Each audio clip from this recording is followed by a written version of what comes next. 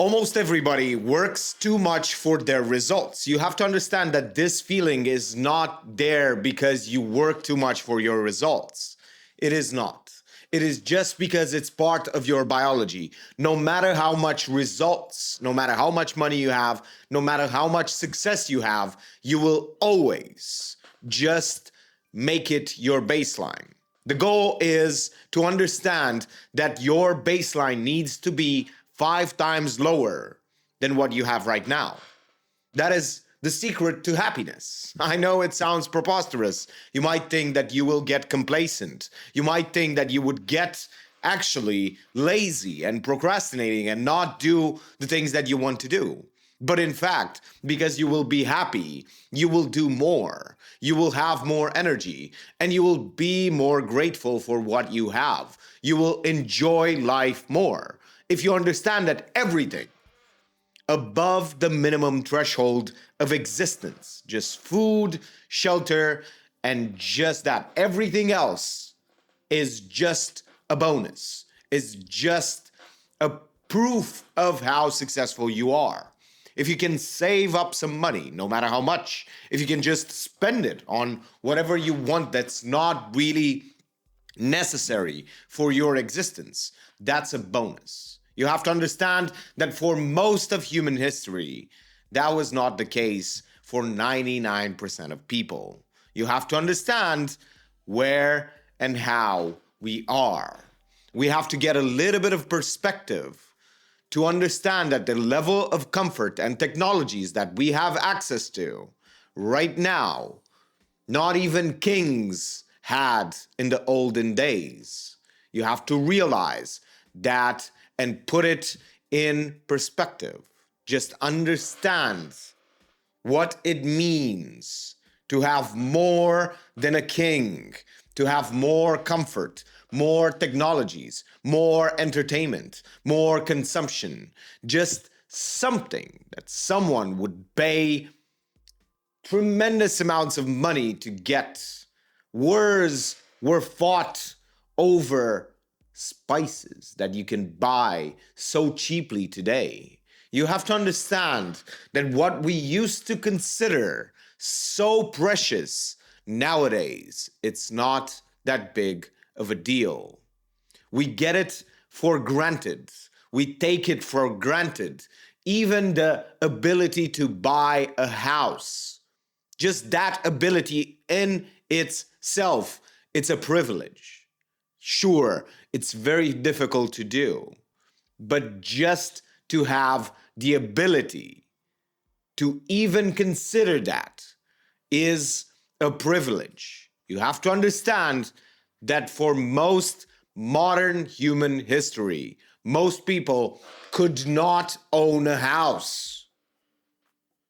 They could not have freedoms. They could not get a job. They could not do almost anything. You have to understand that you have many more freedoms and luxuries than so many other people in the history. And yet, we feel bad about ourselves. It is because no matter how great things get, we just set that as our new standard. This is what your brain and your biology is always doing. It's just trying to move ahead by just pushing you, by saying you never have enough, you work too much and have too little. You have to understand that you can bypass all of that by understanding that there is a minimum threshold, but you have to define it very specifically. And everything above that is just golden. It's just diamonds. It's just a bonus, a gift, just beautiful, just for you to enjoy. And so you can enjoy even a $1 meal at McDonald's, no matter what it is. But you see, there are a lot of people commenting on my videos whenever I make these kinds of videos about happiness and about how you should lower your minimum standard of happiness so that you feel that happiness instead of being frustrated and angry all the time, instead of being really disappointed in yourself and unhappy. they always comment the same thing. You see, they go like, oh, should I just be happy like you for an air fryer or for a $1 meal at McDonald's? Yes, I believe so, because the alternative is to be unhappy, even with more. You see, no matter what, if it's above my threshold, I'm going to be happy with it. You have to understand that I keep my lowered threshold so low that almost everything makes me happy. It is almost impossible to actually feel angry and sad for a long time for me, because instantly I go back to this idea. I go back and look at everything that I have, everything that I've built, every privilege, every luck, everything that is around me.